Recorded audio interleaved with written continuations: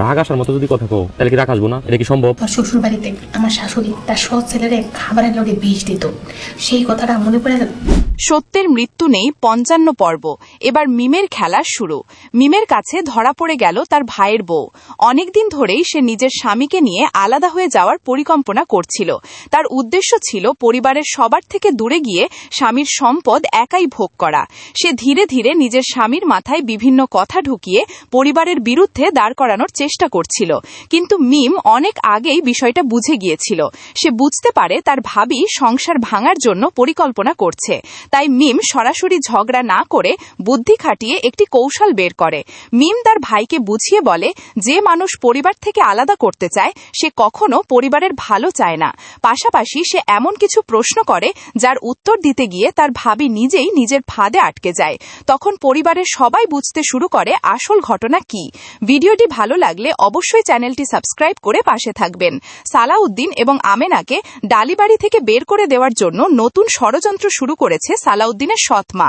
বিভিন্ন মানুষকে ব্যবহার করে নানাভাবে অপমান করে এবং মিথ্যা অভিযোগ তুলে তাদেরকে বাড়ি ছাড়তে বাধ্য করার চেষ্টা করা হচ্ছে।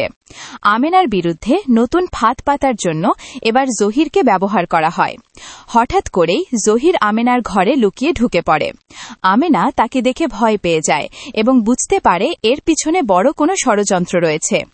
সালাউদ্দিনের মা এখন কোনোভাবেই চায় না সালাউদ্দিন এবং আমেনা এই বাড়িতে থাকুক।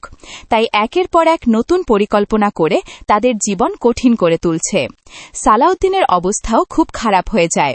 কোনো জায়গায় কাজ পাচ্ছে না। কাজের খোঁজে এদিক ওদিক ঘুরে বেড়াচ্ছে। সংসারের দায়িত্ব, অপমান আর দুশ্চিন্তায় সে একেবারে ভেঙে পড়তে শুরু করে। ফাতেমার বিষয়টিও নতুন মোড় নেয়। ডালি বাড়িতে ফিরে আসার চিন্তা করছে সে, কিন্তু তার ফিরে আসা নিয়ে পরিবারের ভেতরে আবার নতুন আলোচনা শুরু হয়ে যায়। মিম কি পারবে তার ভাইয়ের বউয়ের আসল চেহারা সবার সামনে তুলে ধরতে? আমেনাকে ফাঁসানোর নতুন ষড়যন্ত্র কি সফল হবে? জহির কেন আমেনার ঘরে ঢুকল? সালাউদ্দিন কি নতুন কোনো কাজ খুঁজে পাবে? সব প্রশ্নের উত্তর জানতে ভিডিওটি শেষ পর্যন্ত দেখুন। ভিডিওটি ভালো লাগলে লাইক দিন, কমেন্টে আপনার মতামত জানান এবং চ্যানেলটি সাবস্ক্রাইব করে পাশে থাকুন।